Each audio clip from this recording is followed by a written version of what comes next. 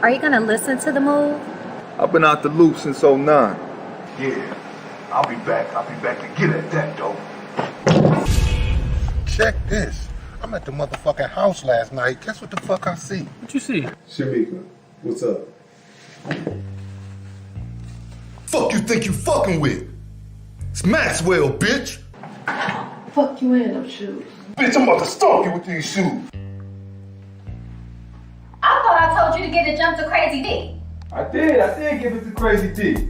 You know D, you must have seen money in that. You know he used to produce those nudie DVDs. Fuck you, thin man. I know you did it. Don't let your mouth write a check, cause I will take it out on your ass. Damn, man. You serious? I don't appreciate being roughed up by men, or should I say male bitches. Yeah, you don't work out.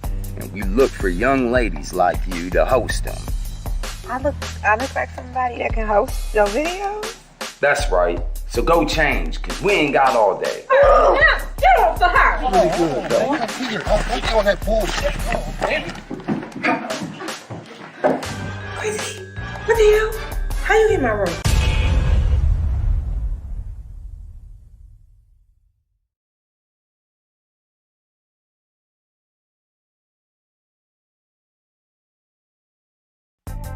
Here's the thing about your movie, why I made a curator's pick of the Hollywood Fringe Festival. Community, heart.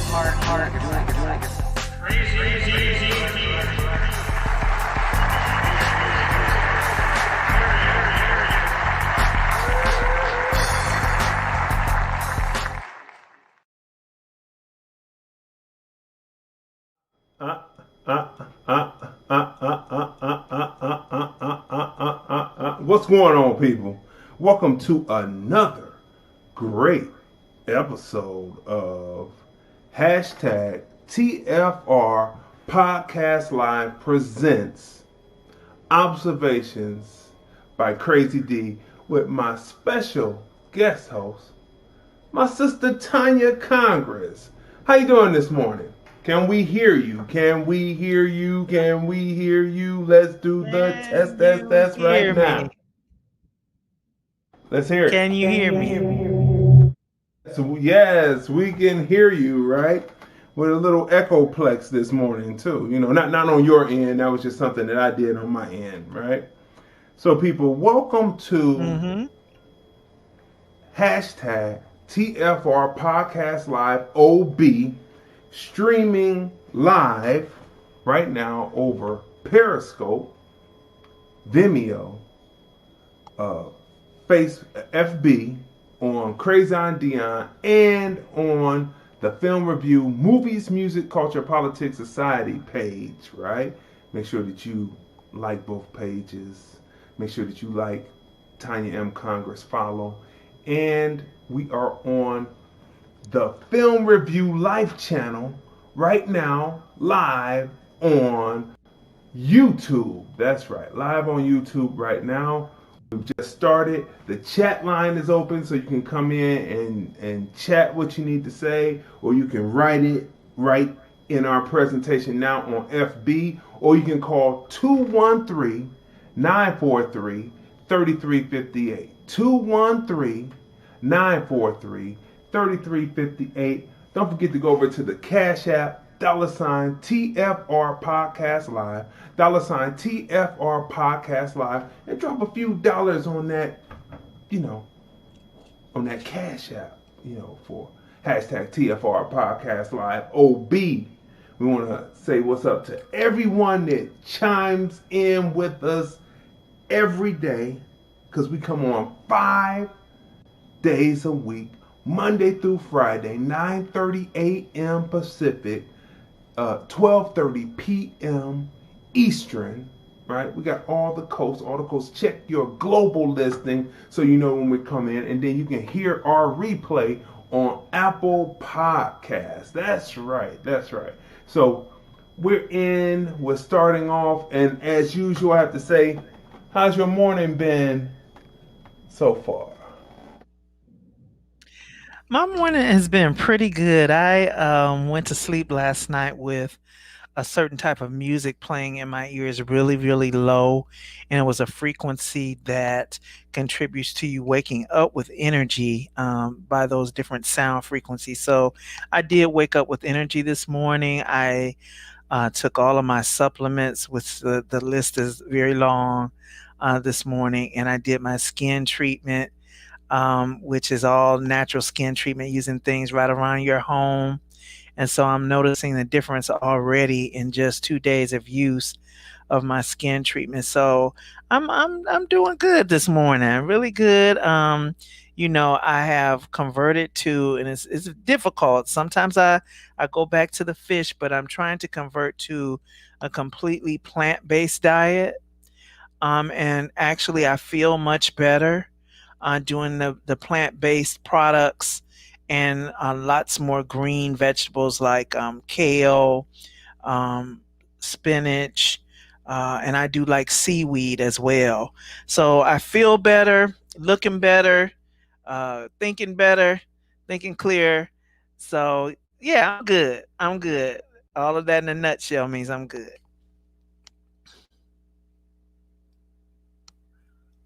That is good to hear. Listen, people. 213-943-3350. Okay, let's get this started. Let's start with breaking news now. Stuff that is happening in the media right now. Let's start right here. Let's start with this guy right here.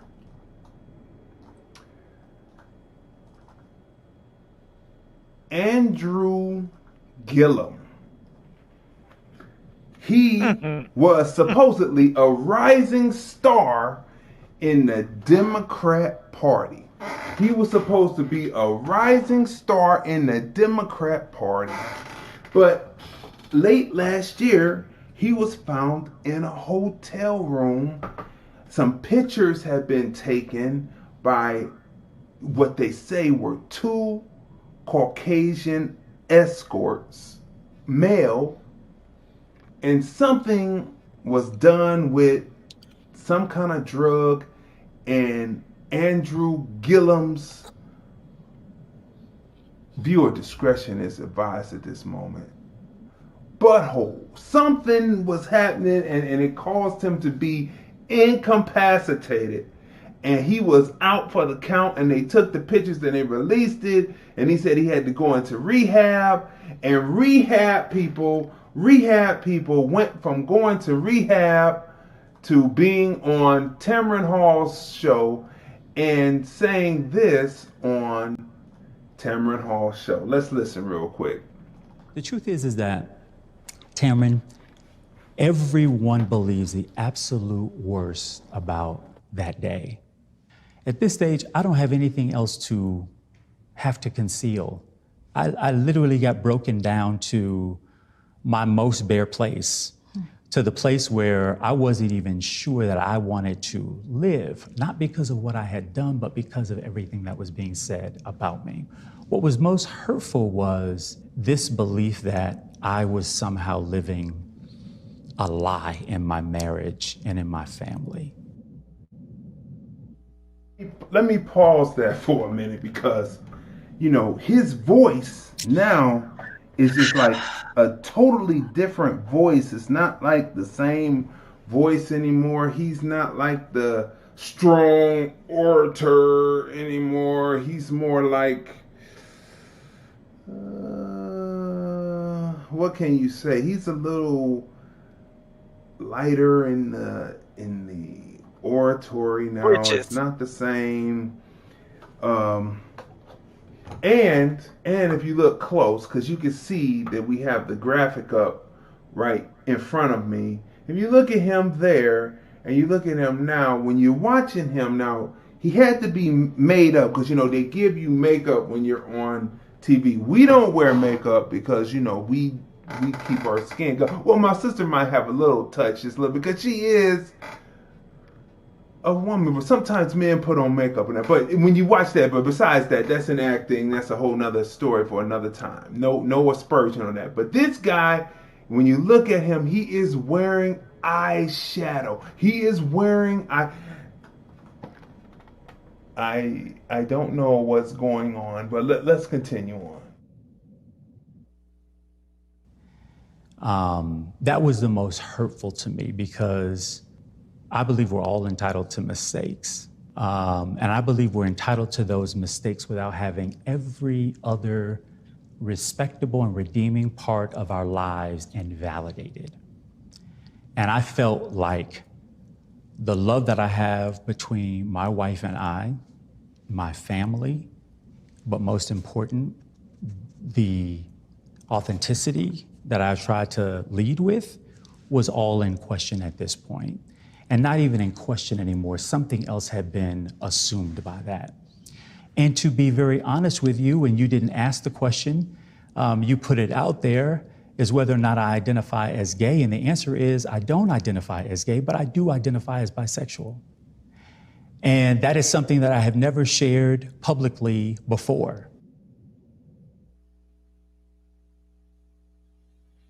Listen. Tamron Hall made news. Tamron Hall got the scoop that everybody wanted to know. Well, not everybody wanted to know. I really didn't care. But Tamron Hall got the scoop. And he said, no, you didn't ask the question because you were still trying to hold with kid gloves.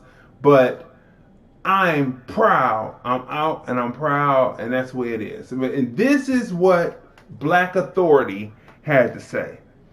The rest of us have been saying this for years. The Democrats tried to pretend it wasn't true. But now he's admitted to the obvious. Now, when is Barack Hussein Obama going to come out to? When he's going to come on out to? When is Barack Hussein Obama going to come out to? When is he going to come out and just admit what we've been hearing and just say, hey, this is just my lifestyle. This is just who it is. What do you have to say to that? This is the first breaking news this morning.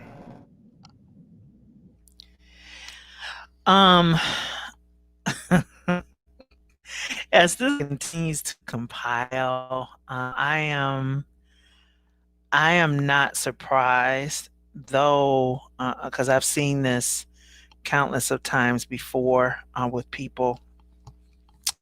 But, he's sitting there with his ankles crossed like we women sit. He's sitting there with his ankles crossed. He's sitting there with, you mentioned the eyeshadow. There's also lip color that differs from his natural lip color. And now he's like, people are assuming this or assuming that. And it's like, well, let's see here. You were caught in a compromising position. And not only, okay, so you're admitting that you're bisexual now, but it took you being caught in a compromising and dishonorable position with which your wife shares with you because she's your wife. You've been caught in that position and you're saying people are assuming. You were caught. So it's nothing to assume. It is clear. So it was a drug involved. You had to go into rehab. What kind of rehab was it? Because I can tell you, along with those drugs make you more fluid as far as being more capable, or should I say more amicable to certain activities during that process. So not only is the drug being used to heighten your sexual sensitivity, it also, there are other things used. There are lubricants. There are things that there are numbing agents. That the numbing agents gives the misnomer that the it's not hurting you. So you have something going on. Hold it. Viewer discretion is advised on this particular episode 15, because what is the topic for today before my sister continues? What is the topic? Still on the plantation, or you haven't created yours yet? And what does that mean? episode 15 of hashtag TFR Podcast Live OB. Right now, these news stories are leading into what we're getting ready to talk about today. Still on the plantation, or you haven't created yours yet, right? All this is plantation politics that we are talking about early on with this breaking news now segment that we just started. So continue on, finish on what you're saying, and we're going to move on to the next story, which is part of this plantation politics. Still on the plantation, or you haven't created yours yet. So, there are numbing agents that also are used in that, and it gives the misnomer that you're not feeling what is going on back there with such intensity. So you have the drug that heightens your output, and then you have the numbing agents that numb you to the input. And then what you have there is you got somebody that's passed out on the bed with drugs in their system, with blood and feces on the sheets. And this is what they walked into. So I'm giving you graphics because what was once an agenda the agenda is now up front. It's no longer an agenda because throughout the agenda stage, there were plans to put things in place. So now we have the manifestations, countless manifestations of these things coming forward that was once an agenda. Now it's front and center. And so here is a man who was a man of honor.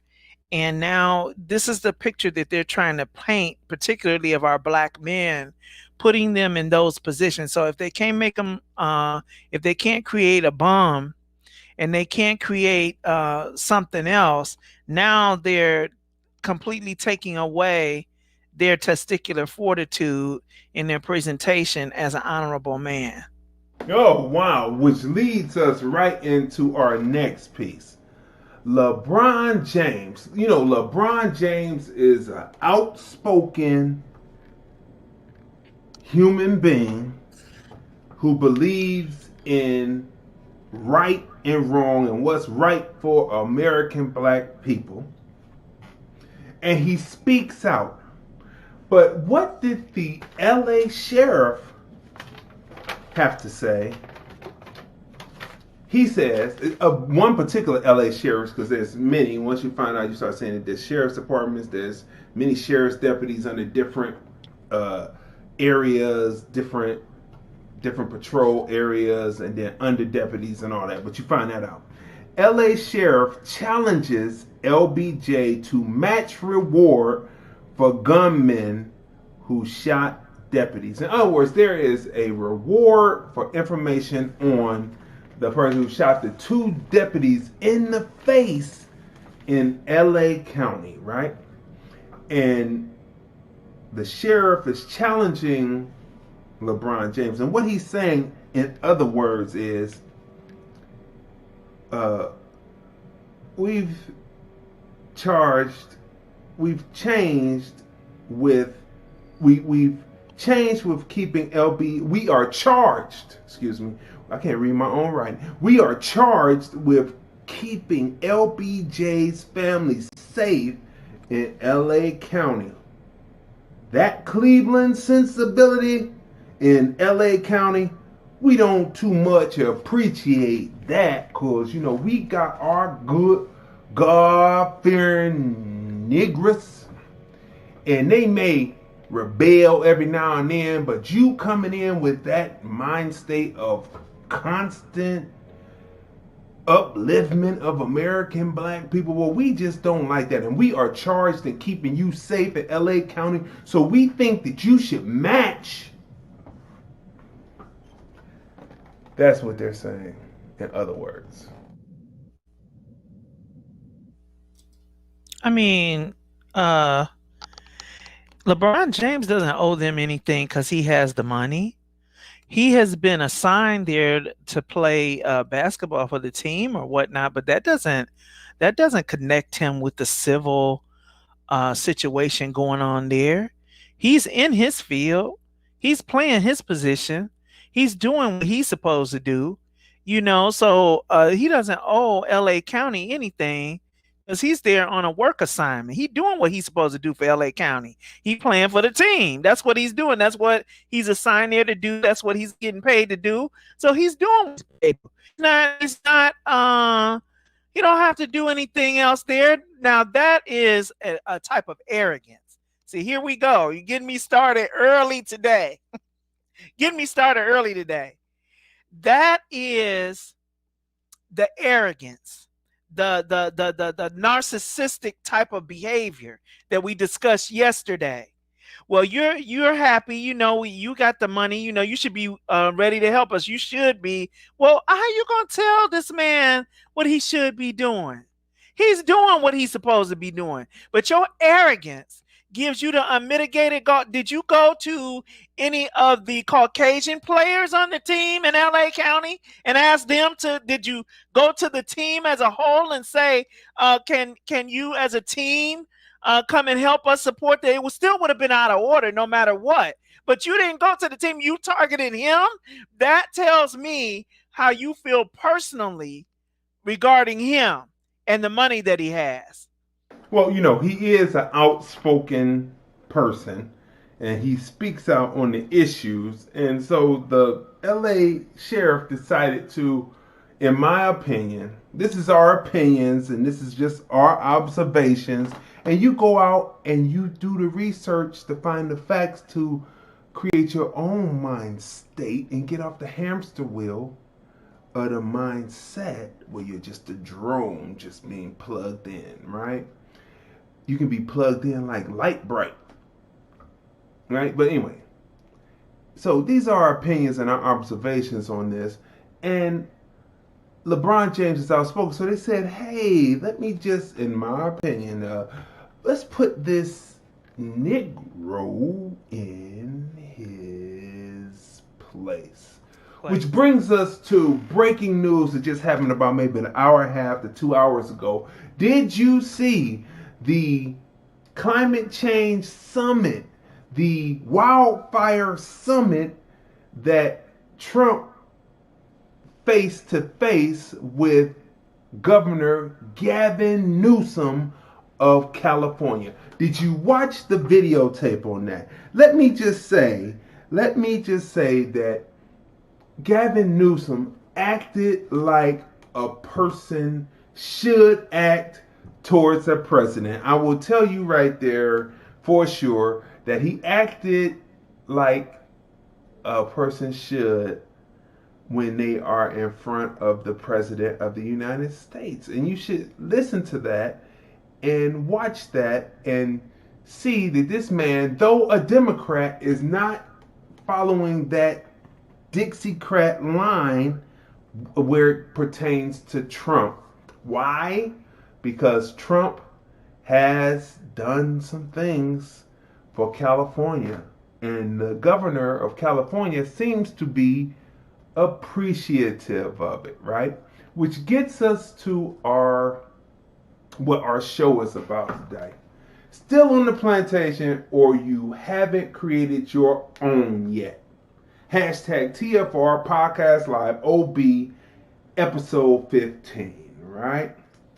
There's a video circulating the web really to hawk a book playing on the emotions of American blacks and those outside of America who are quote unquote black. It's the Jones Smith Samuel story on a plantation, as we here at hashtag TFR Podcast Live OB have renamed it. Are we still on a plantation, or is it we haven't created ours yet? How does Jesus having a wife matter in all this? And don't we have to question those telling you to vote, especially if they are black? Like, what are they looking to get out of American blacks voting for nothing? What are they looking for to get out of American blacks voting for nothing again? What are these individual blacks going to get from out of it? And aren't those blacks feckless if they can't deliver a new plantation? So what are we talking about? What are we talking about today? Let's start with this video that's been circulating around. It just circulated around. I saw Idris Elba had it. Mr. Vegas had it. And let me say this up front. You know, Mr. Vegas, he's a dang good reggae artist. You know what I'm saying? I used to listen to his music back in the 90s. You know, and he still has new music. But he's a dang good reggae artist. And Idris Elba is a dang good actor. He's a great actor. But you know what, though? This particular video has to do with American chattel slavery, right? It doesn't have to do with the Jamaican sugar cane. It doesn't have to do with Haiti. It doesn't have to do with the Dominican Republic. It doesn't have to do with Barbados, Trinidad, Tobago, or the Bahamas. It doesn't have anything to do with it. It has to do with American blacks, right? And so Idris Elba is a dang good actor. Kudos to him. He can direct, he DJs, he does all that. But to get his part on The Wire, he came in and had the accent of an American black man, not a British black man. So he lied to get, my opinion, that he was, okay, let's say he didn't lie. Let me retract that. My opinion, he was deceitful because he knew that British black would not get the role no matter how good they were in putting on the accent. So he automatically put the accent on up front and didn't reveal that he was not an American black until way later. So kudos to, you know, him, but obviously they weren't getting work. The British actors weren't getting work in Britain, and American blacks have fought to make sure that the roles would have equity and they would be able to be on the screen, and then all of a sudden these people come over and start but that's another story for another time. So big kudos to them. Tracy Latree says, sounds like racist bullying of LeBron James by the LA sheriff. That's what she said. So look, so you're sitting there and you're looking at this and you say, that's cool that you have it, right? That you are on this, and we have to figure out what organization, because we've been talking about organizations for the last couple of weeks, right? Specifically in between episode 11, 12, 13, 14. We've been talking about Marxist, socialism, etc., liberal thought. So where is this particular video coming from? And you have to be able to decipher what they're trying to put across to you.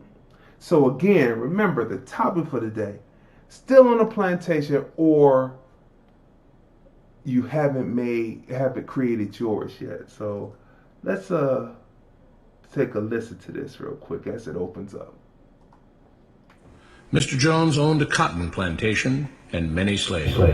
One day he was talking to the owner of the plantation next to his, and Mr. Jones was lamenting the fact that times were tough. He was having to work his slaves harder than ever, and was having trouble with some of them being disobedient or trying to run away. The other plantation owner said he knew someone who could help. Day one. Okay, let me One day, Mr. Jones called his slaves together. Let me pause this. Oh, goodness. Let me pause this for a minute and say that automatically, when I hear white voices and I don't hear either James Earl Jones or Samuel Jackson or Morgan Freeman speaking on something that has to do with American black plight, automatically my antennae go up and I say, what agenda do these people have for putting together this video? What is their agenda in telling this story? Because we've told you that there are the anarchists, and then there are accelerationists, there are the liberals, there are the conservatives, there are the unions and the union busters, and in between there, two sides of the same coin. Where are American blacks exactly in that? So automatically when I hear a Caucasian voice coming across trying to convey something to me about slavery, I have to automatically question and ask a question: what is their agenda? So let's continue with this right here.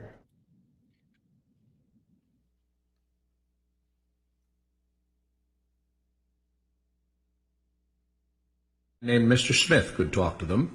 Before beginning, Mr. Smith whispered to Mr. Jones, "Whatever I say, do not contradict me or interfere, and I promise you your slave troubles will end."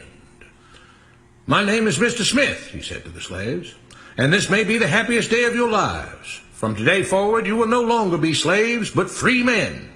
Mr. Jones was so shocked he started to step forward, but Mr. Smith gestured for him to remain silent. He did, only because the other plantation owner had spoken so highly of Mr. Smith's skills. "You are no longer the property of Mr. Jones," Mr. Smith continued. "You are free. No more will you be forced to labor for the benefit of Mr. Jones. Now you can work for yourselves." Now the slaves were all murmuring and looking at each other. Many were smiling, many were looking puzzled. "In fact, you are now free to leave the plantation whenever you want," Mr. Smith said. "However, since we are surrounded by other plantations, if you leave, some other plantation owner will likely claim you as his own the moment you set foot on his property. So I urge you not to risk your newfound freedom by doing something so foolish. Instead, I suggest that you stay here, no longer as slaves, but as willing participants and part owners of this plantation. Yes, this is now your plantation." Mr. Jones bit his tongue to keep from objecting. "For now, we might as well leave Mr. Jones in charge," said Mr. Smith, "since he is the only one with any experience at running a plantation, which is quite a complicated thing to manage." Let's pause that right there on the setup of the story. Now, they said you're free to roam, but don't go too far because, some other plantation might come with you up. So automatically, the people who are woke automatically, "Oh man, I see what's happening here. This is so automatically this presentation is to get you pumped. What is it to get you pumped for? That is the critical thinking skill. See, you could get up there and say, yeah, Mr. Vegas, great reggae artist. Idris Elba, great reggae. I saw a whole line of different stars and entertainers, black, quote unquote black, just posting this right down. Those two stood out. Those are the two that I want to. So what is it that's what movement or action do they want from you? You have to have those critical thinking skills to figure out what do they want from you. That is just such an obvious thing. Then they said, hey, he might as well stay in charge because, running a plantation is a complicated thing to do. 213-943-3358. Leave your comments in the chat in YouTube. We will read off, and also the chat right here on this presentation on FB. So what do they want from you? And so they stay with that. So remember what the name of this show is. Still on the plantation, or you haven't created yours yet. So let's continue on with this. This is an interesting presentation, but what action or what emotion and then movement off of that emotion do they want you as an American black to do? But he will no longer be your master, but just another worker on the plantation. In fact, he will now be using his organizational and management skills to serve you. Whatever problems you may have had with him before, you are now all equals, and you need each other to make this work. If we all cooperate and work together, we can all reap the benefits together. In honor of this happy occasion, I present you this new symbol of togetherness and cooperation, this flag, which shall be the emblem of the new free Jones Plantation. He held up the new flag, but most of those listening were still too amazed to respond. And this shall be our motto, Mr. Smith announced. We work together as free men for our mutual benefit, pledging our allegiance to the Jones Plantation, which stands for prosperity, liberty, and justice for all. To celebrate, everyone has the rest of the day off. Enjoy your freedom, do as you please, and be back here tomorrow morning, bright and early, so that we may begin work on this great and noble new endeavor as equal free men. All right. So, arguably, the people who put this presentation together, they say, life, liberty, and justice for all. Okay, so this new flag, I mean, see, these are obvious. I mean, these are two obvious dog whistles. And he's supposed to say, wait a minute. Yes, this is just like America. What is the purpose of this presentation, and what are American blacks supposed to do? What is the purpose of this presentation? Critical thinking skills. What are you supposed to do? What they just said there is too obvious as they push forward, but you have to use your critical thinking skills and listen for the context clues and the dog whistles that they are putting out to you in particular as an American black person. What do you have to say so far? This is I don't know who put this together. They're kind of clever. If we weren't so apt, there's a whole lot of clues in here, and it is. You're exactly right. The first thing that came across my mind is this is a mirror of America. You have. So they said, first thing they said was that you are no longer slaves, you are free men. But if you leave where you are, and some plantation may pick you up and claim you as theirs. So automatically there is the invisible electric fence there. Just like you put up an electric fence, a visible fence for a dog. And if he goes to try to go outside the fence because he doesn't see it, it zaps him, electrocutes him. And he draws back. So there's a fence there already. So to make you feel good about this fence, you're not really free. You're just probably not getting beat anymore and things like that. Not with a whip. And we're going to switch the beatings to mental beatings and not physical beatings, right? So, but you're part owners of this plantation. You're part owners of it because you're working it, you're building it, so that makes you a part owner. But we're going to leave this one person still in charge because he's the only one that has the mental capacity to run the plantation. You don't have the mental capacity to run the plantation, but just know that this person because of his expertise, he's going to serve you with his expertise. Him managing you is actually service to you. This is the greatest smoke blowing propaganda I've ever seen. This is a smoke blowing. So he's doing this for you, and you have to, understand that he's doing it for you. So that's just like where we are. The government is supposed to work for us, yet all the laws and stuff is passed, and we end up having to be governed by those. And so let's pledge your allegiance to the pursuit of life, liberty, and justice for all people.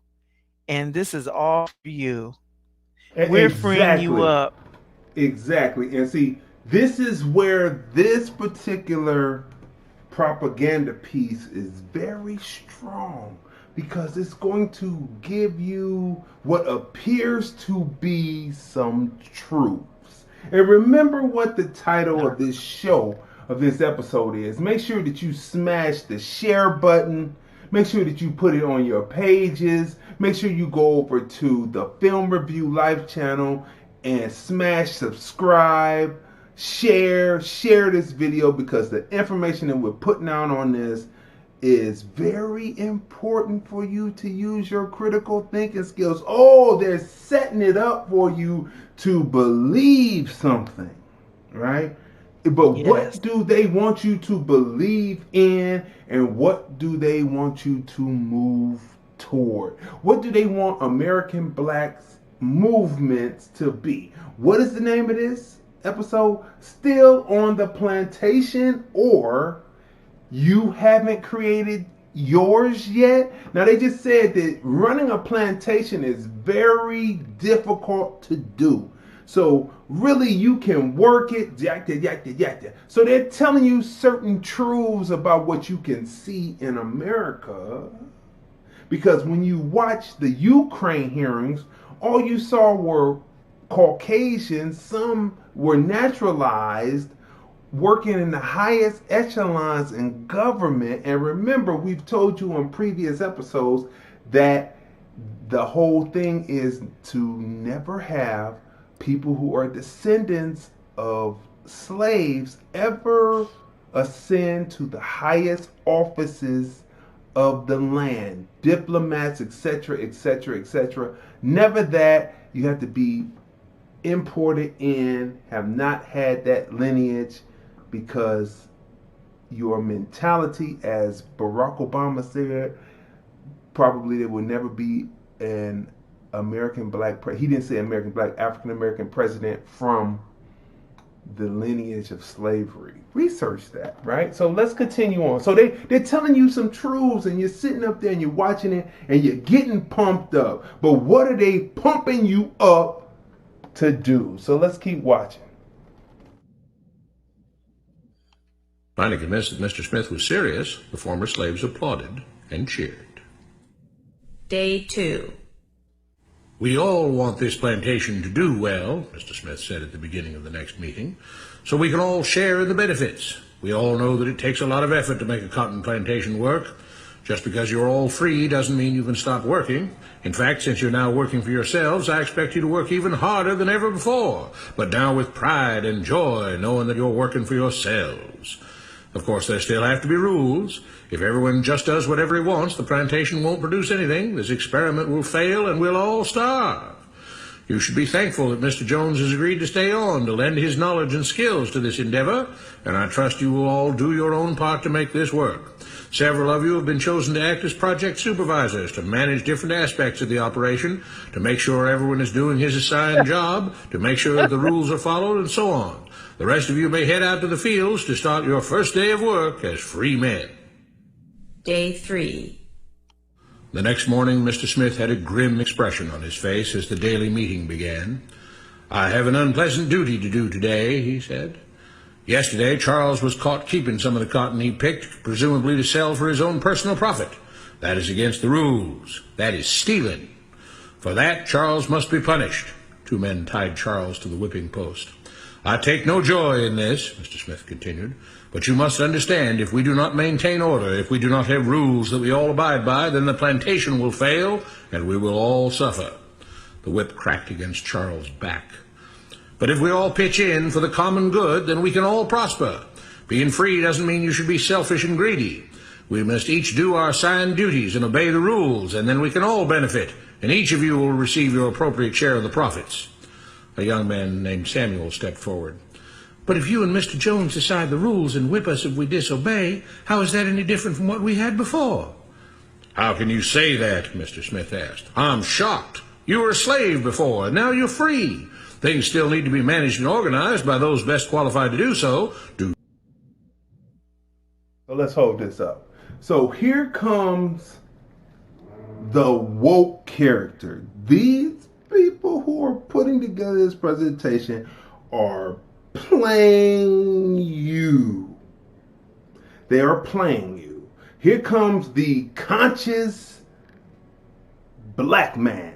All right. So, America, I'm conscious. I'm woke. Here comes the woke black man. Woke. He's woke.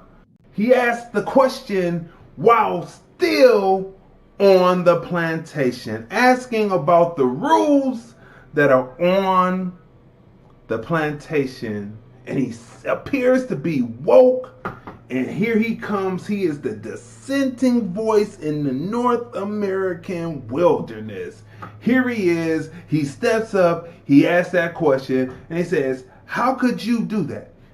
Remember, what is the topic of this show today? Still on the plantation, or you haven't created yours yet. Let's continue on with this. This is interesting, very interesting, well put together. It reminds me of the old books. You know it's time to turn the page when you hear the bull whip crack like this. You know how to run a plantation, Samuel? Well, no, he answered. But if we're free, why do we get no say in what the rules are and how things work? I'm surprised at your ingratitude, Mr. Smith answered. None of you know how a plantation is run, so you're in no position to be making decisions about how things are done here. You don't seem to appreciate all the things that Mr. Jones provides for you, from protecting you from all the outside threats you know nothing about, those who would come here, capture and enslave you, if not for Mr. Jones' protection, to making sure that you all have food and housing, tools to work with, you're cared for when sick and injured, and so on. There wouldn't be a plantation at all, no cotton to pick, no land to plant and harvest, if not for him. You should be grateful that he's made possible the level of comfort you now have. Your lives would be far worse if not for him. Nevertheless, as free and equal participants in this endeavor, from now on at each meeting, any worker may have 2 minutes to ask questions or voice suggestions or complaints. With that, the workers all seemed satisfied and headed out again to the fields to pick the cotton. Day 4. Okay.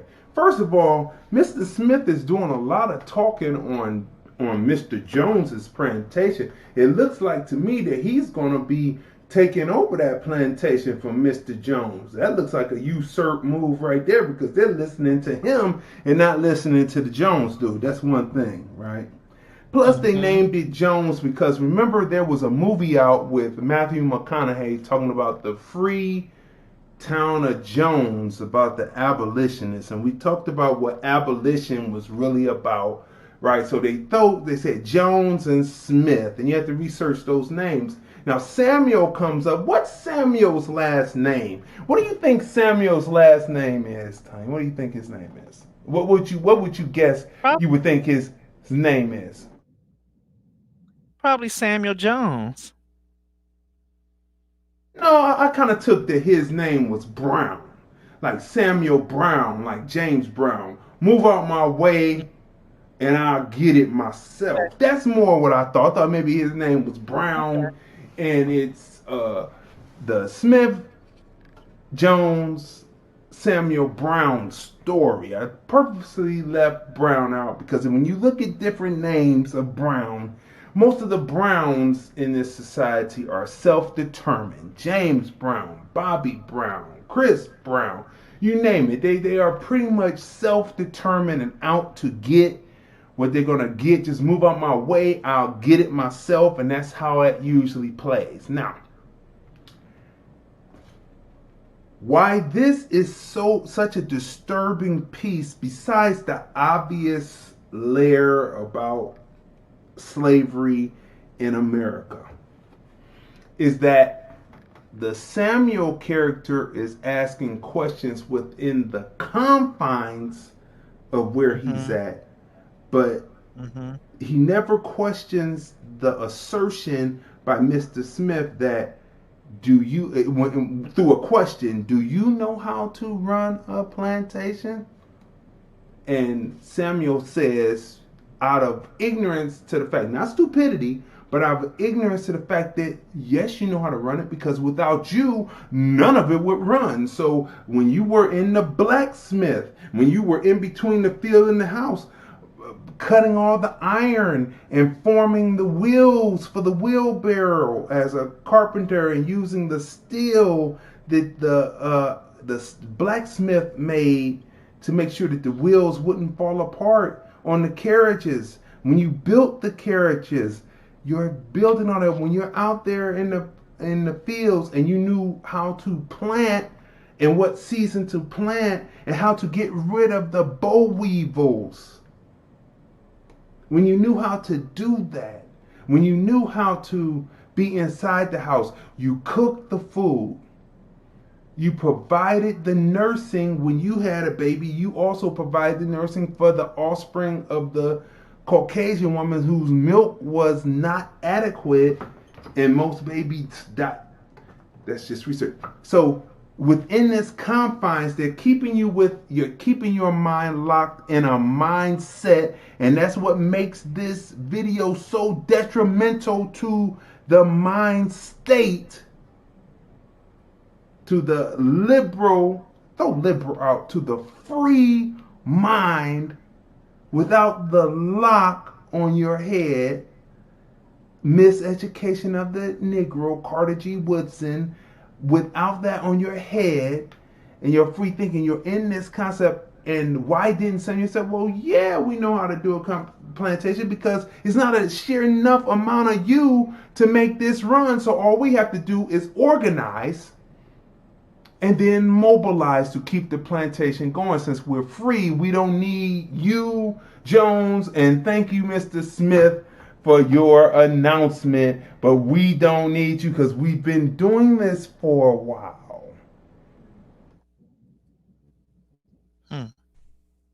I have a big announcement, Mr. Smith said as the daily meeting began. Mr. Jones' cousin is here, and not just to visit and see how our project is coming along. It has been decided that from now on, you will be deciding who will manage the plantation. Of course, this job can't be done by just anyone, but every 3 months we will have a special meeting at which all the workers will vote on whether we think Mr. Jones should run the plantation or whether we think his cousin, Mr. Johnson, should run the plantation. That means that ultimately you are in charge, because you will be deciding which man you want running things on your behalf. If you don't like the way things are being managed, you now have the power to change it. Amazed and pleased, the workers head. Oh, that is just slick. The two-party system laid out in this destructive mindset that they are putting on your brain as an American black person. Oh, they're putting it. But what group of people are trying to put this in your brain? And what action do they want you to do? What action do they want you to do? Oh, have we gotten too deep for them today? Have we formed headaches in your mind? Are you having a headache? You said, wait a minute, this is obviously this way, and it's obviously the way it is, and I'm looking at you. Hashtag TFRPodcastLive Observations. Looking at you and saying, no, it's not obviously that way. But it is It's crafty. Remember that Beastie Boys record? Look that up. She's crafty. It's crafty. Whoever created this is crafty. And it makes you think that whomever is producing this has your best interest at heart. Let's continue on. This is very interesting. Now we can start using the word propaganda within propaganda. It's an infinity circle. It's an infinity circle. Very craftively done. Headed out again to the fields to pick the cotton. Days passed, months passed, a year passed, and the plantation continued to operate as before. Sometimes Mr. Jones was in charge, sometimes Mr. Johnson was in charge, but the day-to-day routine stayed exactly the same. The workers worked hard, long hours every day, and still had little to show for it. Every day the meeting would begin with them all reciting the Jones Plantation motto, "We work together as free men for our mutual benefit, pledging our allegiance to the Jones Plantation, which stands for prosperity, liberty, and justice for all." One day Mr. Smith announced, Samuel is asked to say a few words this morning, and whatever the rest of us may think of his ideas and opinions, we are all free here, and that means we are all allowed to speak our minds. So, Samuel, you have 2 minutes. Begin. So this is the big build-up. You've been built up to this moment. Samuel Brown, this is your build-up. You have been built up. This is the moment where Samuel Brown has 2 minutes to speak. It is built up to this crescendo. It's been bubbling, months past, years past, and now Samuel is going to speak again within the context of this mindset, not mind state. So let's listen. Tracy Latree says, wow, LA Lakers organizations need to step in and send their attorneys to take care of the harassment of their athletes. She speaks on this video trying to stop the reparations movement. Part owners, what type of is Idris Elba pushing, right? Recooning to the highest degree. This is some bussy snit. Jason Parker is watching. What's going on to Jason Parker? Thanks for chiming in. Today's episode is still on a plantation, or you haven't created yours yet. That is the topic. So this video has gotten to this crescendo. This has gotten to the moment. This is the climax. This is the climax of all this. They put it in 4 acts, right? They put it in 4 acts instead of 3. They automatically breaking up the 3-act play, and they made it 4 acts because they have to be anti-system. They have to see everything about what is established totally changed. So they, instead of putting it in 3 acts, they put it in 4. Let's continue with this, and excuse me, we'll get to that.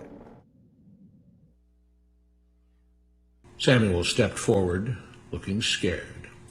I was excited when all this started, he began, glancing nervously at Mr. Smith and Mr. Jones. But don't you all see what's happened here? Nothing's changed. We're all still slaves. There were grumbles of disagreement from the crowd. They tell us what to do and whip us if we don't. They still make all the rules and punish us if we disobey. They let us make suggestions and complain about things, but they never really change anything. They let us choose between Mr. Jones and Mr. Johnson, but what's the difference? The situation stays the same. We do all of the work and they take as much as they want and decide how much they'll let us keep. They live in luxury, made rich by the cotton we pick. We do all the work and have to build our own huts, grow our own food, and take care of ourselves. They leave us just enough that we don't revolt or run away. This is not freedom. We're all still slaves. They've only changed the words they use, but nothing else has changed. They say we're all free and equal, but we're not. They command and we obey. That's not freedom. That's not equality. They say we're free to leave, but all that means is that we're free to be someone else's slave. Why should we work or obey the rules? We didn't agree to this. They made the system. They forced it on us. They control and rob us and call it freedom. They've deceived you into thinking that being able to choose which slave master you'll work for is the same as being free. It's not. Open your eyes. If you keep what you produce, they call it stealing. When they take what you produce, they call it sharing and fair distribution. Can't you see that this is all? Your time is up, Samuel. Let's pause right there. Your time is up. You went 2 minutes and you talked and you said what you had to say, right? So what do you think? What do you think is gonna happen next, Tanya? What do you think is gonna happen next in this less than Disney quality presentation of, it's time to turn the page when you hear Tinkerbell blow her whistle like this. What do you think is going to happen next? Let's just take a guess. What do you think is going to happen next? Well, it has inspired a type of rebellion, which is equal to anarchy. So that's what it looks like it's coming. It's on its way, because anytime you're sitting there, you get cut off in the middle of saying what you're saying. You've had repeated history of things not going the way as promised. You see that you were told you had a choice, but you really don't have a choice, because neither slave master is for your true freedom, right? So it's going to inspire something, some type of rebellion. Some type of rebellion. Is that could be so, but this again is a propaganda piece. And so let's move forward, because this, remember, the name of the show is Still on the Plantation, or you haven't created yours yet, right? You haven't created yours yet. So let's go through and see what the conclusion of this piece is, and see what they want. What do they want you as American blacks to do with your emotion when you get emotion? No, and you get all effed up by the ending of this. Let's listen. Mr. Smith announced calmly. At his gesture, two supervisors grabbed Samuel by the arms and led him to the whipping post. I'm sorry, Samuel, but you've broken the rules. There are rules against encouraging others not to work and encouraging others to break the rules. You're only hurting all of us with your discontentment and your complaining and your disobedience. The whip fell and Samuel let out a grunt. Without rules, without order, all would be lost. Without law, there would be chaos. We can't just behave as wild animals, each doing whatever he pleases. We must all follow the plan and all do our duty for the betterment of everyone. And those who do not must be punished. The whip fell again and blood flowed freely from Samuel's back. Samuel, it is you who are stealing from the others. When you don't do your assigned work, you are making more work for others. When you disobey the rules, it is you who are endangering the future of everyone else here. You are the thief. You are the criminal. You are the one trying to destroy the arrangement that keeps us all safe and prosperous. At every lash of the whip, the other workers cheered louder and louder, some yelling curses at Samuel. Being spoiled and selfish, you complain about everything, talking as if you're oppressed. But you are the one ruining things. You are the one keeping us from being all we could be. It is your greed and your rebelliousness that is hurting all of us. They all play by the rules, Mr. Smith said, gesturing at the others. What makes you think that you don't have to? You think you're above the law? There were loud yells of agreement as the whip fell again. We must maintain order, Mr. Smith proclaimed, to make this plantation great, to make it so that we can all be happy and prosperous. To have the society we want, there have to be rules.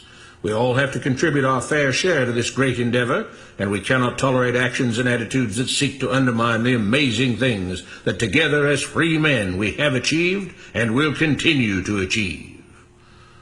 Mr. Jones was smiling as he gave Mr. Smith a pat on the back. The crowd was cheering so loudly that none of them had noticed that Samuel had died.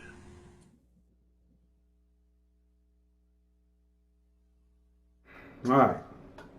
None of them had noticed that Samuel had died.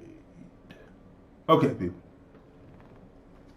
So you're supposed to be pumped at this point. You're supposed to be pumped. You're supposed to be unconsolable. First of all, in there they gave jobs or overseer jobs to other blacks. The ones who are whipping them are other blacks who agree with this particular system. So there's certain things that they're putting in there. They say that the person who is woke cannot win. That's the one message they're putting in there. 2, that you will be traded upon by your own people if you do try to speak up. That's the second message. 3, you will be handled harshly by those who are officers of the state. Which brings us back to this. Who put the battery in the young black dude's back to talk to another black dude who is in uniform? We have to wrap this back around. It has to be clear. It has to be understood what's going on here. This, like I told you before, listen to it. Black man in America. You standing on this side of the goddamn line. What? What? You got a lazy eye. I can tell. Look at this. That's a lazy eye right there. That's a lazy eye. You hurt, huh? Taking his life. You standing for a young black man in this crowd right now? You can't even do shit, and I'm in your face. You can't even say you know you don't respond. stand for that shit. You won't even respond. Back in the day, somebody getting this close to your face, you're going for that? Okay, yeah. That's pissing you off, huh? You stop breathing, you got your hands together, you holding your peace. You want to punch me right now, don't you? You want me to get out your face, don't you? But you can't do shit. You can't do shit till Chief tell you, huh? Till your daddy tell you. Till your dad tell you. Till your daddy tell you to do something, huh? He said, take your clip out your gun, because you can't do shit with it. You took it out, didn't you? You listen like a sergeant. They said put them motherfucking clothes on. He ain't listen like no sergeant. He ain't listen like no sergeant. He listen like a little bitch. That's what you listen like. Somebody bitch. We told you yesterday, and we tell you again today, that is a total disgrace.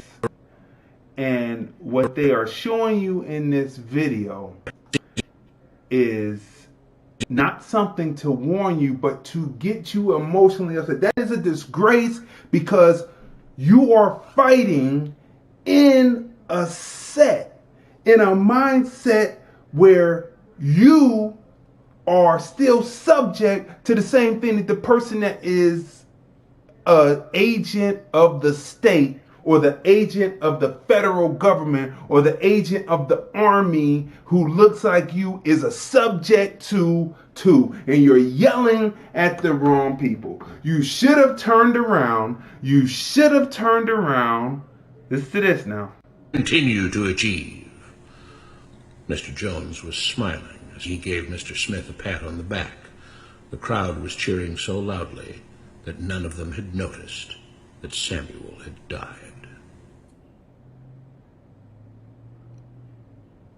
What you have been taught about government and politics is no more accurate or reasonable than what Mr. Smith taught the slaves. And there's the answer to what their agenda is at this video. And at the end, they're trying to hawk a book and they show the American Capitol in flames, right? And it says that, so they're hawking a book to you. Who were the people who put this in your back? We are talking about coming here on this show, hashtag TFR Podcast Live. We are about coming out of the mindset, get off the hamster wheel, and get to the mind state of making your own, right? Still on the plantation, or you haven't created your own yet. You haven't created yours yet, right?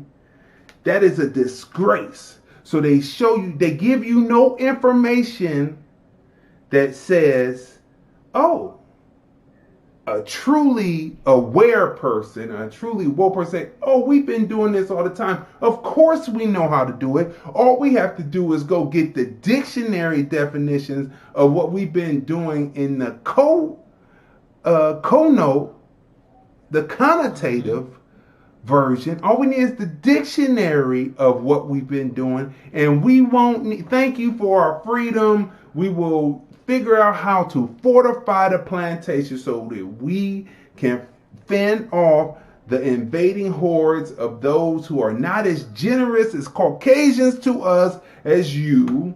We will form our diplomats. We will form our protection, and we will no longer need you. So we can escort you and Mr. Smith after about 2 years in solitary confinement. Then we can escort you to the border after we've had this running and we made our connections and we show that we are more valuable and you two were just F-ups. But thank you for the freedom.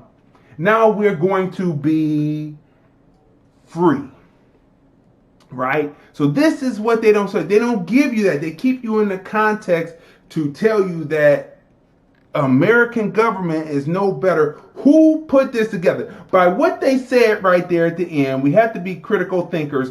What organization or what type of thinking, because they say that in the thinking it's not an organization, but what type of thinking put this piece together, Tanya, by what we've been talking about the last few days?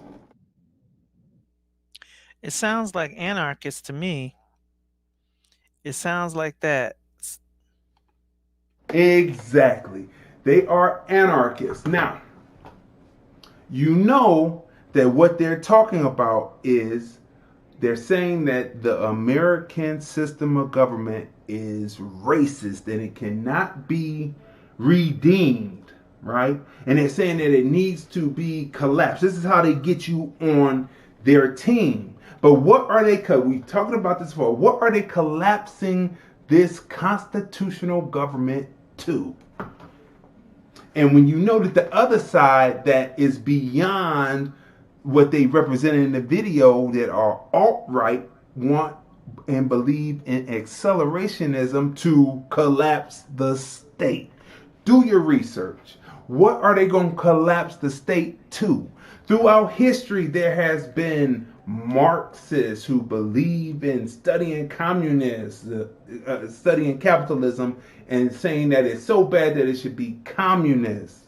Over the years, there have been white supremacists, and they have all said that this, on both sides, on their far side, said this is it's not good enough, and it should be collapsed. And what will it collapse into? Two sides of the same coin, and where are we in the middle as American black people?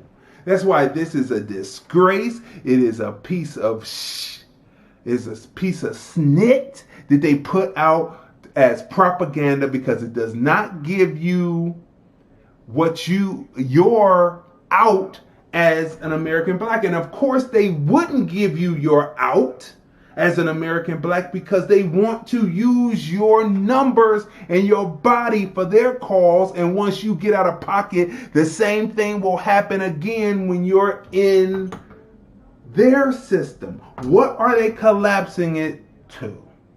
Right? We even broke news yesterday about Patty Hearst that, we didn't know, which meant that the next generation didn't know. And so what is there to say? What to say before we go on and get to where the rubber hits the road? We've already went through Still on the Plantation. Now we're going to get to or you haven't created your own. So we were speaking earlier today in a phone conversation about the collective, or the all of the things that are going on at one time simultaneously. We've been speaking about each of them on our show. And where does this leave us as the American black is also what we've been talking about. It leaves us on our own. It leaves us on our own without any choice. And to some degree, with me, I'm the type of person, I don't know why. And I've always questioned why I work better under pressure. I work much better under pressure. And it's to some degree, some people are not going to move or do anything until their backs are against the wall and things are staring them right in the face. If I went and stood, I got a wall here. If I go and I stand with my back to the wall and someone is standing in front of me, not even giving me 3 feet, like they're standing like toe to toe with me, nose to nose with me, they're yelling and screaming and trying to get me to make a decision and trying to press the issue and stuff, and my back is against the wall, either I'm going to have to mess or get off the pot. I'm going to have to make a decision then, but it's going to have to be a well-thought decision, and I'm going to have to form that decision rather quickly for the rest of my life. That's going to speak to the rest of my life. So this is where we are.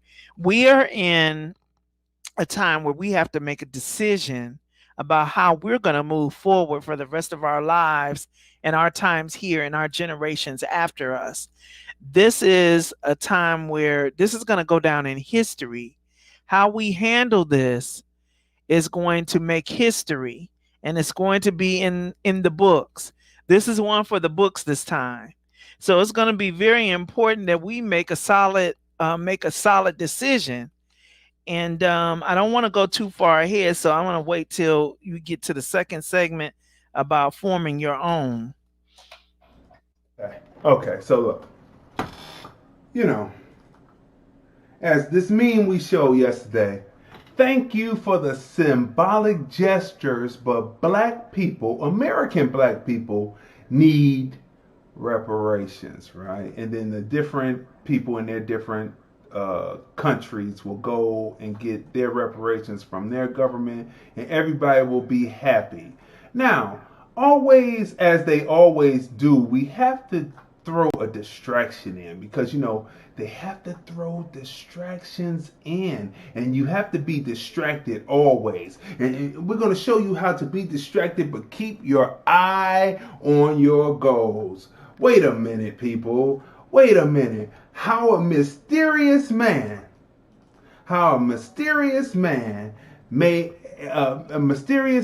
fooled a Harvard scholar into believing the gospel of Jesus's wife was real. Have you ever heard of the gospel of Jesus's wife? And does it amount to a hill of beans of what we're talking about the advancement of American black people in this country, Tanya? Does it matter?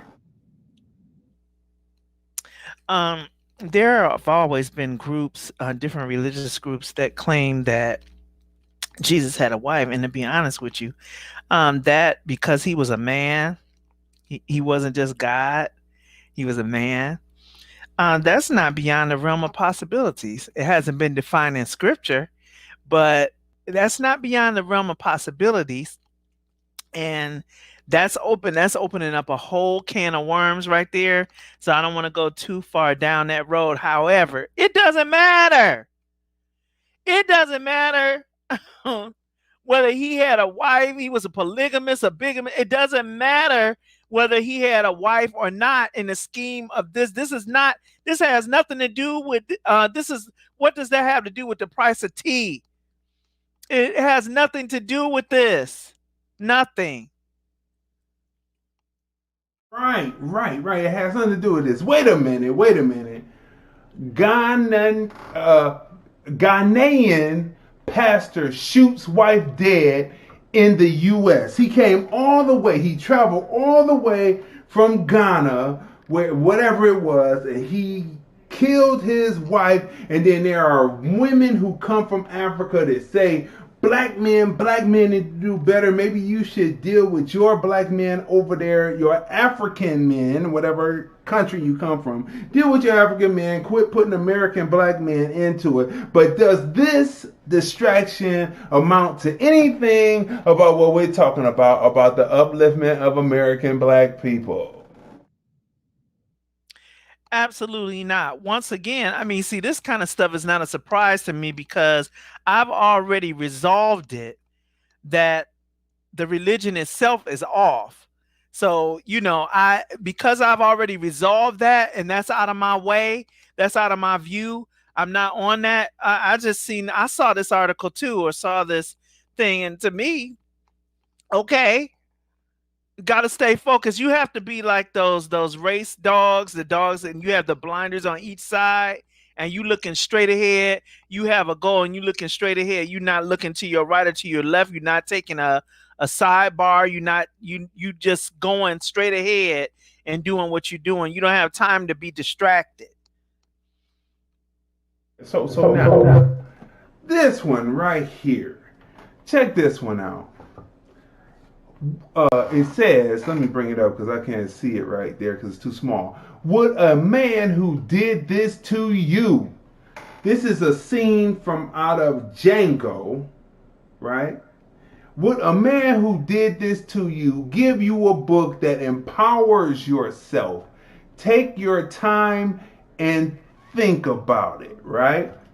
Does this, Tanya, have anything to do? Does it amount to a hill of beans when it comes to the advancement of American. I know the emotion is there. The emotion. He's grabbing on Jamie Foxx's pee, and he's getting ready to try to chop it off and make him a eunuch. But does this have anything to do right now with the advancement of American black people in this country? Is this a distraction or what? Absolutely not. And the book that they're referring to undoubtedly to me would be the Bible. And it still doesn't have anything to do with what we got to get done. It doesn't have anything to do with that. For those of us who understand the scripture and the place of the scripture and how it has place in our lives, that's on us. But to be sidebarred to an argument to defend the book needs no defense. I'm not going to get into a debate with anybody about the book. The book is doing what it's supposed to do for me. And oddly enough, it's not keeping me in a slave mentality. All right?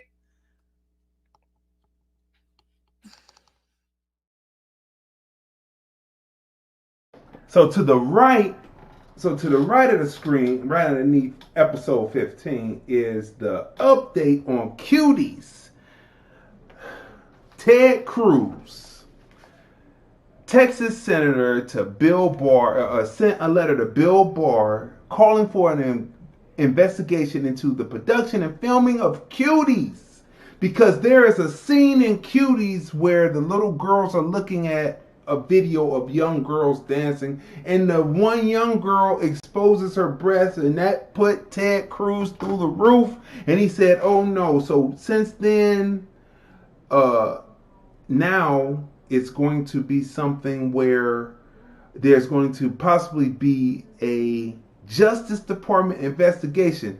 This girl went from trying to have something as a filmmaker into becoming Roman Polanski. Could you look up Roman Polanski real quick and tell them why Roman Polanski is no longer allowed in the country of America right now? Just look Roman Polanski up real quick. And then I have a question about this story. Roman Polanski. Why is he away? Why can't he enter America without having the fear of being arrested? Roman Polanski. What is the reason? What is the reason? Besides him looking like okay, on my computer. All right. Okay.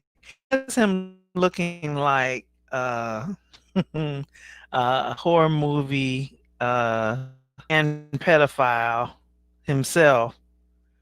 Hang on, I'm getting back to the screen here. It says that Roman Polanski is a Polish-French film director, producer, writer, and actor. Polanski is also a fugitive from the U.S. criminal justice system. He fled the country while awaiting sentencing on 5 criminal charges, including rape. His Polish Jewish parents moved the family back from Paris to Krakow in 1937. So it looks like that it's going to go on to say that charge including rape, it probably involved pedophilia as well. I need to get into it. You can find this information on Wikipedia. Involved a child, a young. And when you go through it, they say rape. They're cleaning it. They are cleaning it up, right? And so the Democrats are saying nothing about this film. I haven't seen one Democrat talk about it, talk about the pedophilia, because they are the same party that dealt with bodies. And what did they do with bodies? The Repubs are not exempt, but at least they are speaking out about it. So they with this two-party system and what they showed you on the video. But however, in this discussion about the upliftment of black people. This is part of a cornerstone of having to clean that up. But in the context of what we're talking about coming out of that mindset and getting off the hamster wheel, does this have anything to do with the upliftment of American black people? Not a thing. Not a thing. Not a thing. Now, people, we come up with solutions, right? And this is what we do now, the video says that, does anyone know how to run a plantation? And then the slaves not being aware of the fact that they ran everything, and all they had to do was get the denotative to the connotative of what they were already doing. They would call it something else. You need to know what they're talking about because it's their society. So you need to know. So people, in our endeavors to help, to disseminate information, because we're disseminating information and then it's for you to take the information and move forward with the information. How to write a constitution. Many people talk about they're going to slam it down. What does that mean for American blacks? The anarchists want to drop the state.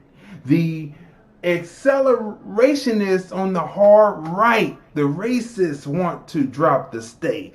Both of them are actually racist because they have no plan that has to do with American black people or across the diaspora of black across the world. There are no plans other than elimination. If they drop the state, if the anarchists succeed in dropping the state, then you don't get what is owed to you. If the racist accelerationists drop the state, you don't get what's owed to you. And both of them will band together like in history before to try to eliminate you. How to write your constitution.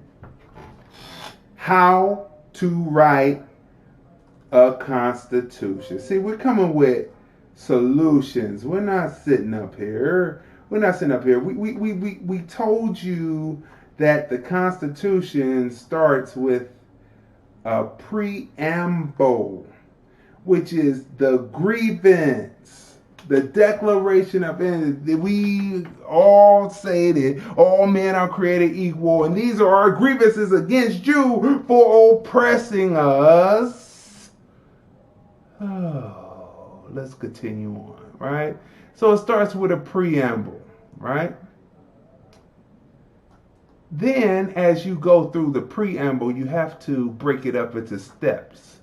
Writing the preamble, right? Number 2, right? Let me bring this up so I can see it because it's small. Let me see if I can read. What's the name of the group that is writing your preamble? The name and the purpose of the preamble. What is the purpose of what you are writing? What are you trying to convey? What is the message that you are trying to convey? This is the beginning of a constitution, right? That's Article 1, right? Article 1 is the name and the group, right? The preamble.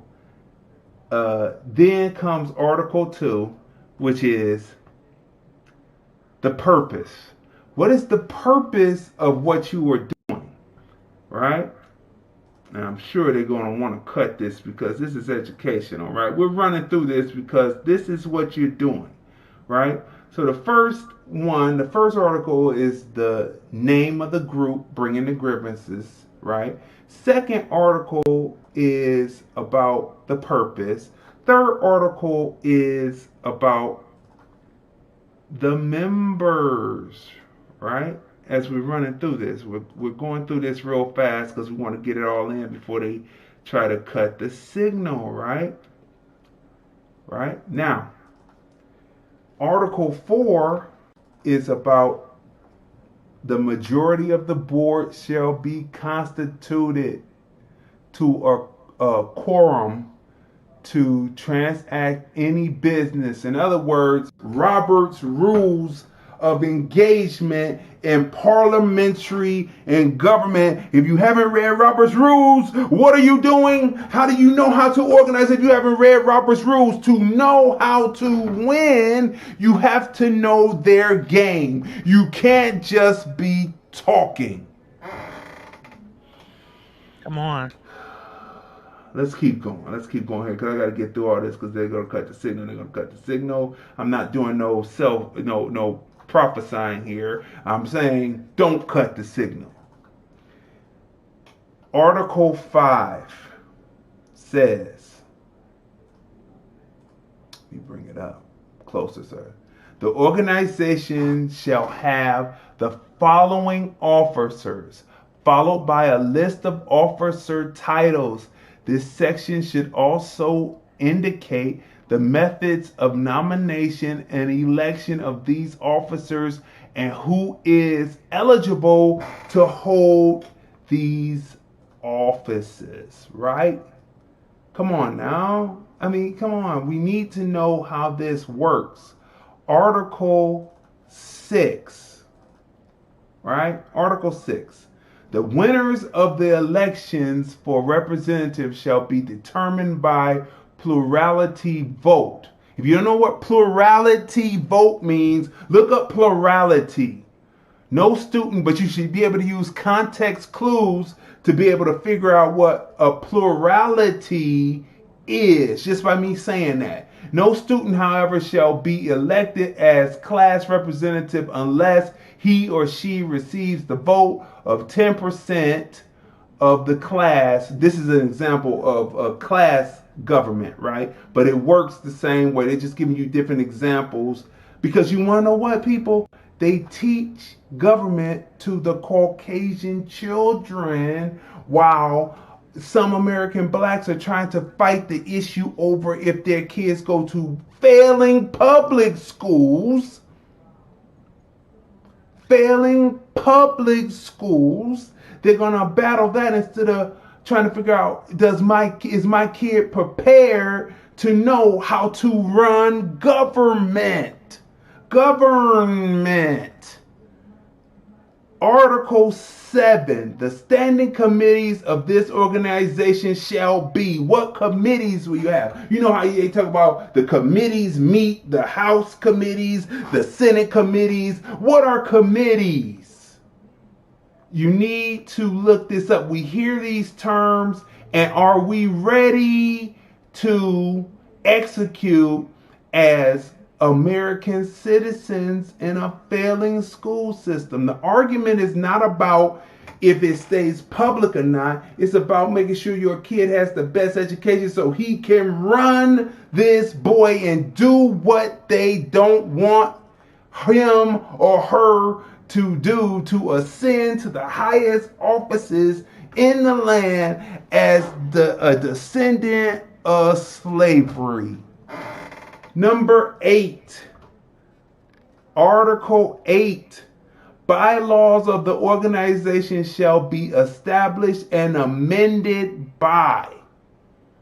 All you have to do is Google how to create a constitution. Do not sit up and be talking this ignorant crap, talking this ignorance, instead of knowing how to go about doing something. This is too detrimental. It's detrimental now. People will be talking all kinds of nonsense, talking about the government is this and that. Do you know how to even create a government? If you're talking about collapsing a government and you're an American black and you're listening to what these anarchists say, who are really taking a page out of the accelerationist, who are white, they're all white, they ain't got your best interest at heart. What? Do you know how to go about doing this? Do you know how to write a constitution? Oh wow. Yeah, look at this. This is causing headaches. This is causing headaches in people's brains. This is more than talking about. It's more than talking about, oh, we need to vote for this party or that party. We need to know how to run this government, because this is the only government we knew. Are you still on the plantation, or is it that you haven't made your own yet?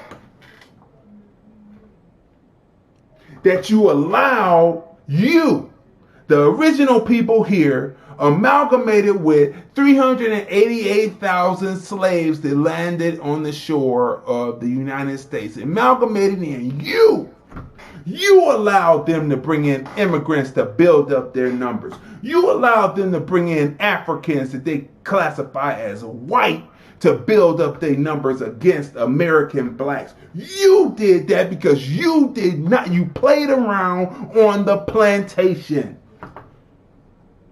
And getting off the plantation is simple as getting and saying, stop.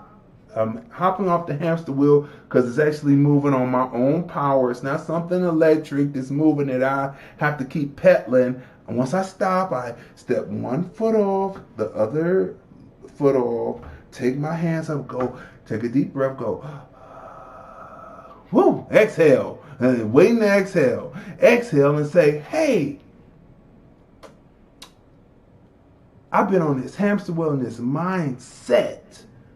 It's time for me to take what I learned while I was on that hamster wheel that I didn't even know could apply. If I just add some denotative to what I already know, connotative, I will be able to have my mind state and create my own and take my rightful place, advancing up to the highest offices in the land, and something that was already working, that its principles are good, but it was flawed human Caucasian nature that made the way it is. I'm coming in, I'm gonna fix it. I don't care what the anarchists are saying, and I definitely don't care what the accelerationists are saying, and I will fortify my security, and I will have my diplomats to go out and politic and come to agreements of treaty. What are treaties? Right. People say, what? Oh my, you got a headache. I know you got a headache. You had never thought of it this way. You hadn't thought of it. You hadn't thought of it. Let me tell you something. If you are talking about voting instead of sitting this one out, and remember, when I asked the question, what are the blacks who want you to vote and you haven't gotten anything in writing about what they're going to do except for putting you in debt and giving immigrants everything that you should have, and they want you to vote for, what are they getting individually from out of it? What kind of this or position or thought of importance did they really trade you off for? You need to ask them, what are you doing that for, my man? What are you doing that for, my woman? What are you doing that for, my transgender? What are you doing that for, my LGBTQ? What are you doing it for? What are you doing it for? When it's not doing anything to advance American blacks, but just you in the system, on the plantation. What makes that video so detrimental is that it doesn't give you an out as an American black. It keeps you in that mindset. Get off the hamster wheel. Get out the mindset. Build your mind state. This is what we're telling you. Go out there, learn how to write a constitution. It's right there. Google it. It's right there. Google it. You will learn how to write it. Then write one. And then perfect writing one. Then present it. Get with your friends. Each one write one. See what y'all can do. Find out how government works amongst 12 or 20 or 25 of you in a room. Debating.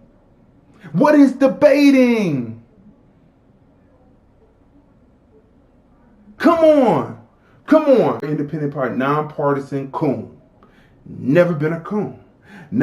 Definitely not a Republican Party coon. Not a Dixiecrat Party coon. Never been a coon. Always been about American black people. Always, you ask anyone who knows me deep in talking this, he's just 300,000 pages ahead now. It used to be 1,000 pages ahead. But as you keep living through this life, I'm going to be 50 next year, 300,000 pages of advanced, not advanced, let me take that, detract that, of learning and coming and saying, hey, let's just disseminate the information and let you get it. You got to get off the hamster wheel, though. That voting and saying that if you put Biden in, the only thing that's good about that video is they told the truth, but it was about propaganda and lies. But within, the devil tells you some truths within a lie, which I'm going to have you speak. Then we're going to get to Candice Ownes. We'll get to Candice Owens. And so what do you have to say real quick? I'm going to make this quick because this is so good and the information is so good. People need to get it. Everything, y'all better go back and you better listen to this and you better go do what he said about learning how to write a constitution and learning how to have a solution to your problem. Else you're going to just be around talking, and how well we can speak of the issue is not going to get it solved.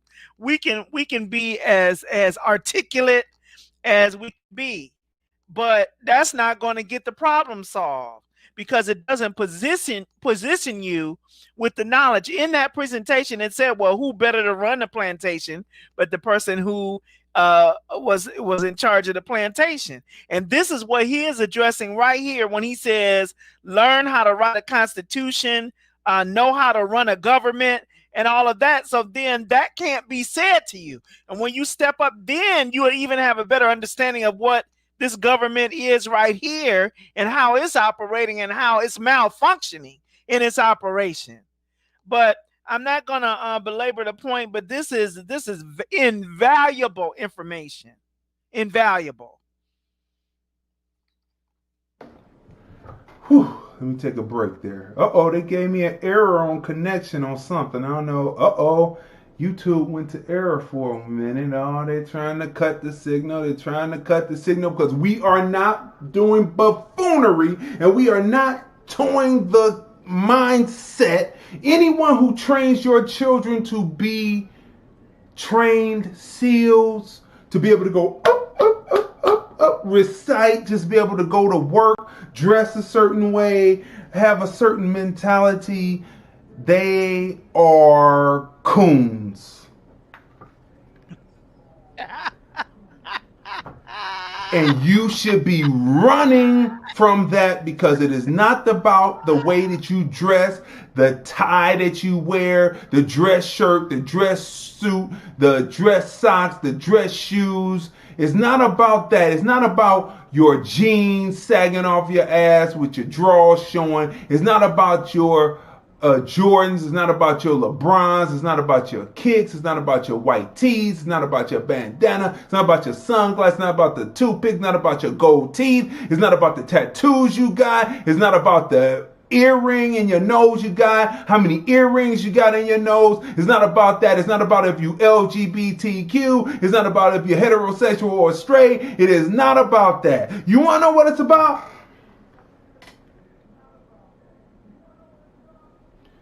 It is about American blacks advancing themselves to the highest levels of this particular government that we are in, to take our rightful place and to take the reins of it and make it about the creed, the race. It doesn't matter about your race, color, or creed. To actually make it about that.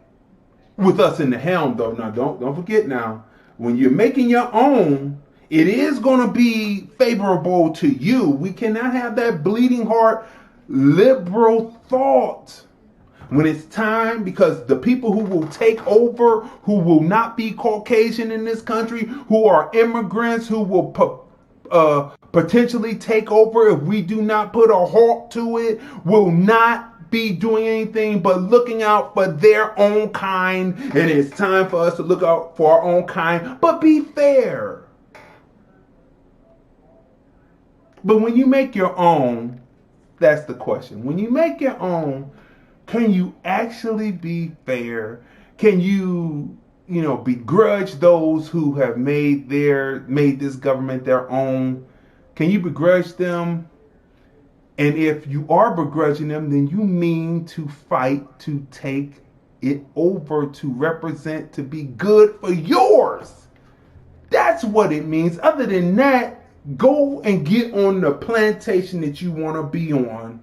Which brings us to Candice Ownes. Again, let me say it again so it'll be clear. Say it 3 times so that you hear it. If you're not about that, then go get on the plantation you want to be on. You want to be on the anarchist plantation. You want to be on the accelerationist plantation. It's about dropping the state. You get nothing. America ends, and you are where, my man?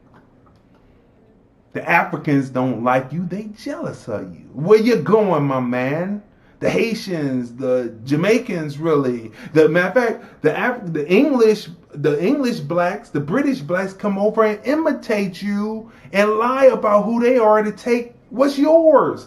What's going on, black man, black woman, American black man, American black woman? What's going on?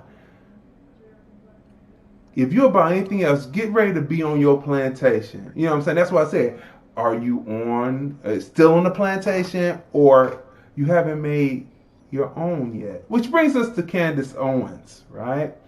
Now, Candice Ownes, I did a little research on Candice Ownes. She's 31. She was born April 29, 1989. What does that make her? What is she? A Taurus. She is a week after my Taurus. birthday. She is a Taurus. I just can't believe. I know quite a few Tauruses, and I don't know. I just don't know, right? She was born in Stamford, Connecticut, USA, right? Raised by her grandparents after her parents' divorce, which automatically makes her story not our story, which means that automatically what she's talking, I'm not necessarily in agreement with. She's the third of 4 children, which makes her the middle child. What's funny about her Wikipedia page, she mentions a paternal grandparent on her father's side, Robert Owens, and it's written, Robert Owens was born in North Carolina. Now, the other grandparents, there is no mention of where they are born or where they came from. And if you listen to Tariq Nasheed, he is Doug Owens Moore, and says that she is from immigrants, right? But right there, it seems that of all that digging that he's done, they had to throw in that one of her paternal grandparents was born in North Carolina, right? That would lead an American black to believe her maternal grands are immigrants. And this is what we get to. This is about when you start listening to what people say, you have to listen to what they say. Now, what she says, some things, remember what I said, there are truths in the bigger, in my opinion, lies. So let's listen to this real quick. We're going to get through as much because we have 13 minutes left. We're going to get through just a little bit, probably pick up on the next show. Here we go. It's a perfect way to talk about my subtitle, How Black America Can Make Its Second Escape from a Democratic Plantations. And that was controversial when I decided to name that, name that subtitle. And Simon & Schuster really pushed back on me and said, are you sure you mean this? And I was so happy to actually use this book to lay out my arguments about how Democrats have really just modernized and updated their techniques that they used on the plantation. First and foremost, the breakdown of family. It's so strategic to them. They virtually celebrate the breakdown of the nuclear family. Movements like Black Lives Matter explicitly states on their website that they are after the destruction of the nuclear family, that there's something backwards about it. Okay. Let's stop right there. Okay, so that is fact, because when you go over to the Black Lives Matter, what are the Black Lives Matter about, Tanya? What is Black Lives Matter? You don't have to go to it, but just from catch, analyze, shoot, connotative, what are they about? They are about feminism, basically, and their leaders are also engrossed in witchcraft and stuff as a backdrop. So they're not. It has nothing to do with the advancement of Black people as much as it does a certain segment of the LGBTQ community. Feminism being the focal point. Right. That's also the Black Visions Collective, but the Black Visions Collective started because they, like churches, they thought that they didn't focus enough on the feminism, and we need to do feminism. Okay. So let's go on with Candice Ownes real quick. And that was actually crucial to maintaining slavery. Frederick Douglass, and he writes in his autobiography about how he felt absolutely nothing when his mother died, when he was taken away from his sisters, because it was so integral to slavery to make sure that we didn't have that sense of familial instinct, so they could continually trade us on plantations. What you're talking about in terms of the views, comments, we're talking about social lynchings that we're seeing play out today. Back in the days of slavery, Black Americans were punished if they had the audacity to get up and leave and walk away from Democrat plantations, obviously severely brutalized and punished via lynchings. And today we see social lynchings take place, like the view people.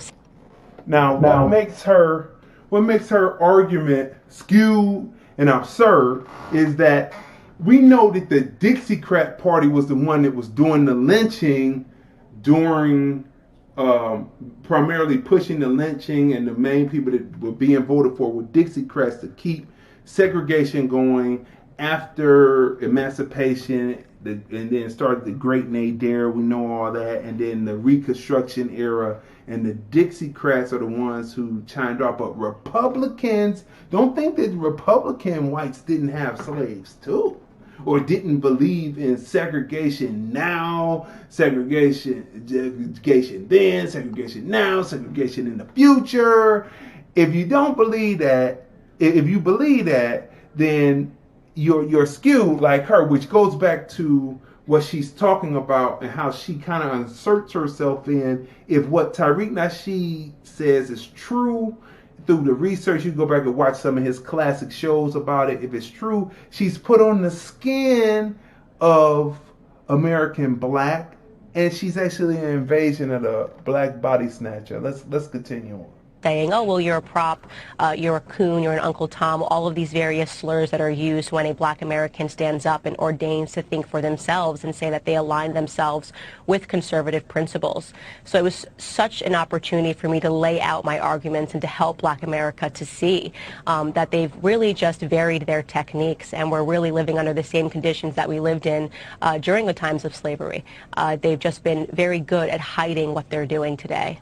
I actually spent time in this book talking about who Karl Marx was and what he believed in, and just like you said, against faith, against family, and definitely very against religion and would have been against Black Americans, and yet you see us taking in those principles.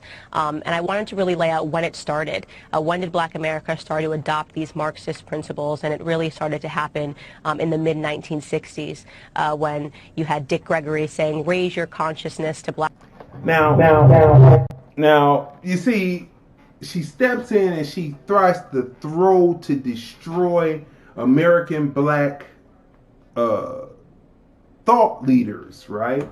To throw it down. Now, she's correct. See, remember we said there's truth in lies. And so there's always some truth in lies. So the truth is that we talking about when she says Marxists, but Marxists are nothing but those who study Marxism, which is the study of how capitalism destroys families, the country, etc., society, and thus, after they have come to that conclusion, they say it should be communism that we should be under. None of those parties, none of that works for American Black people. So she is right about that. But then when she throws in and she talks about people who were just trying to find their way in the 60s, trying to find their way, but later even disavowed that because they found out that it was not anything but another system where Caucasians will use you, right? And this is where we will stop right now because we're going to pick up with Candice Ownes tomorrow, right? We're going to pick up with her tomorrow and go through. But she, as far as I'm concerned, talking about just voting, she still wants you to just vote. She wants you to vote. The Republicans haven't promised you anything. But she wants you to come over and vote. And Trump has, because of his policies that are about immigrants having to come through the right way, it has opened up jobs in all levels, not just picking, but in all levels. Customer service, you name it, levels in hospital. But what did we see in hospital? And when did most of those people of Indian descent that are in hospitals right now get into the hospitals? Oh, they came in during old Obama. When is Obama going to come out? That's what we asked at the beginning of the show. That's what the Black Authority asked when he showed the picture of Gilliam, of Andrew Gilliam. When is Obama going to come out? And is that why LGBT was more favored than American blacks because of how he came up in Hawaii, not being in places like Inglewood, California, or Chicago, or places like Kinsman or Harvard or, Crenshaw, not being in places like that? Is that why, through his lifestyle, that's why they were more favored and got in the Hispanics, because he thought of himself more of an immigrant than as an American black? Why they got executive orders and American blacks didn't? That's something that needs to be discussed in future episodes. So we got 5 minutes left. Go ahead and close out. Robust show. Tomorrow's show that's coming with Candice Owens. We may understand that her husband is George Farmer. Look him up. It's an interesting story. I'm just reading it as we're sitting here. It's an interesting story. But you guys make sure that you catch up on the episodes. This one, especially 11, 12, 13, 14, 15. Get those under your belt as you're moving forward and making your decisions. And should you not take our suggestion, we are always blessed to come give you information to help you to increase and enrich your life, thought process, and your mind state, to transition you from a mindset to a mind state. So that's it. I will see you guys tomorrow. I look forward to it.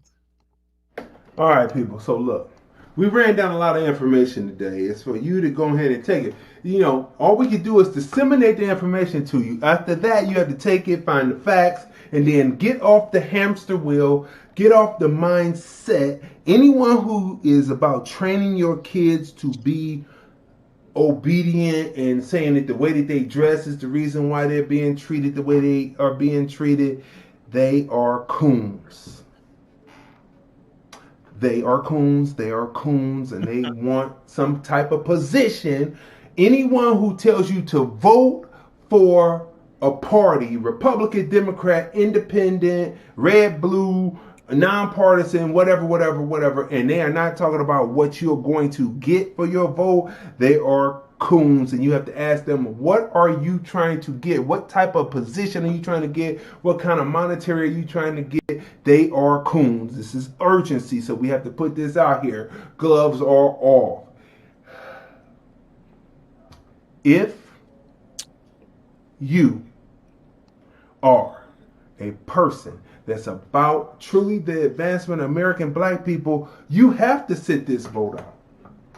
You have to sit it out because we've laid out what each group, what the same two sides of the same coin is. If it's wrong, rebut it with facts. Show us the video. Show us the research. If people aren't willing to take the time to put a presentation across like what we do here at TFR Podcast Live and hashtag TFR Podcast Live OB, then they don't really value you watching.